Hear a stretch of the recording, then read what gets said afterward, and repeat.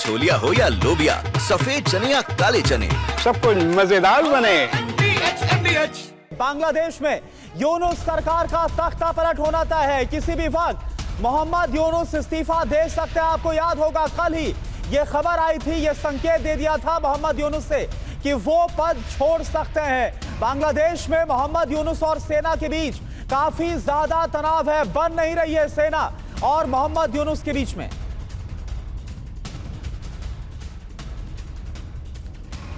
और बांग्लादेश की राजधानी ढाका छावनी में तब्दील कर दी गई है। जी हां, ढाका में आर्मी की चहलकदमी काफी बढ़ गई है। ढाका में टैंक के साथ आर्मी उतर गई है। ढाका में चप्पे चप्पे पर आर्मी तैनात है। तस्वीरें हम आपको दिखा रहे हैं ढाका की। आप देखिए किस तरह से आर्मी के जवान यहां पर चप्पे चप्पे पर मौजूद है, हथियारों से लैस। आप हेलीकॉप्टर की निगरानी भी देख सकते हैं और साथ ही टैंक्स भी बांग्लादेश की राजधानी ढाका की सड़कों पर नजर आए हैं। तो ये हालात है बांग्लादेश के। साफ नजर आ रहा है कि इस वक्त क्या होने वाला है बांग्लादेश में।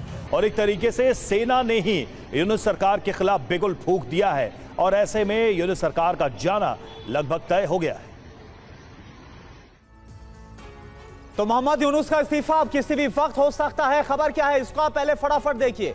बांग्लादेश एक बार फिर से अराजकता की मुहाने पर चला जा गया है। सरकार चलाने में मोहम्मद यूनुस को बहुत दिक्कत हो रही है। प्रमुख के पद से इस्तीफा देना चाहते हैं मोहम्मद यूनुस और यह खबर है कि किसी भी समय अपना इस्तीफा सौंप सकते हैं। यूनुस को सहयोगियों में से भी समर्थन नहीं मिल रहा और उन्होंने कहा कि अब मैं काम नहीं कर सकता हूं। ये यूनुस ने खुद कहा। कुछ बड़ी बातों पर गौर कर लेते हैं। सिर्फ 9 महीने में ही यूनुस गद्दी छोड़ने को मजबूर हो गए हैं। 9 महीने की मियाद ही थी। हमारे साथ तमाम मेहमान इस वक्त स्टूडियो में मौजूद हैं। मेजर जनरल अश्विनी सिवाज रक्षा विशेषज्ञ हमारे साथ इस वक्त स्टूडियो में मौजूद हैं। नेवल कैप्टन श्याम कुमार रक्षा विशेषज्ञ हमारे साथ जुड़े हुए हैं और मजरूल इस्लाम खान पत्रकार हैं बांग्लादेश से, वो हमारे साथ इस वक्त बांग्लादेश से कनेक्टेड हैं। मनीष झा हमारे संवाददाता और सुमित चौधरी हमारे साथ इस वक्त हमारे संवाददाता जुड़े हुए हैं। लेकिन सबसे पहले मजरूल इस्लाम साहब, मैं आपके पास आ रहा हूं। क्या हो रहा है बांग्लादेश के अंदर और यूनुस गवर्नमेंट कितने समय और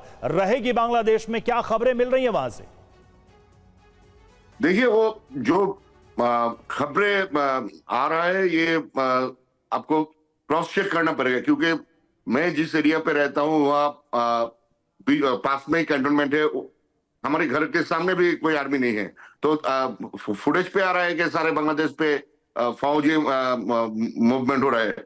ये तो 5 अगस्त के बाद, जो 2024 के 5 अगस्त के बाद ही फौज लॉ इन्फोर्समेंट मैनेजमेंट के लिए रास्ते पे आ गए थे गवर्नमेंट के डिसीजन के तौर पे।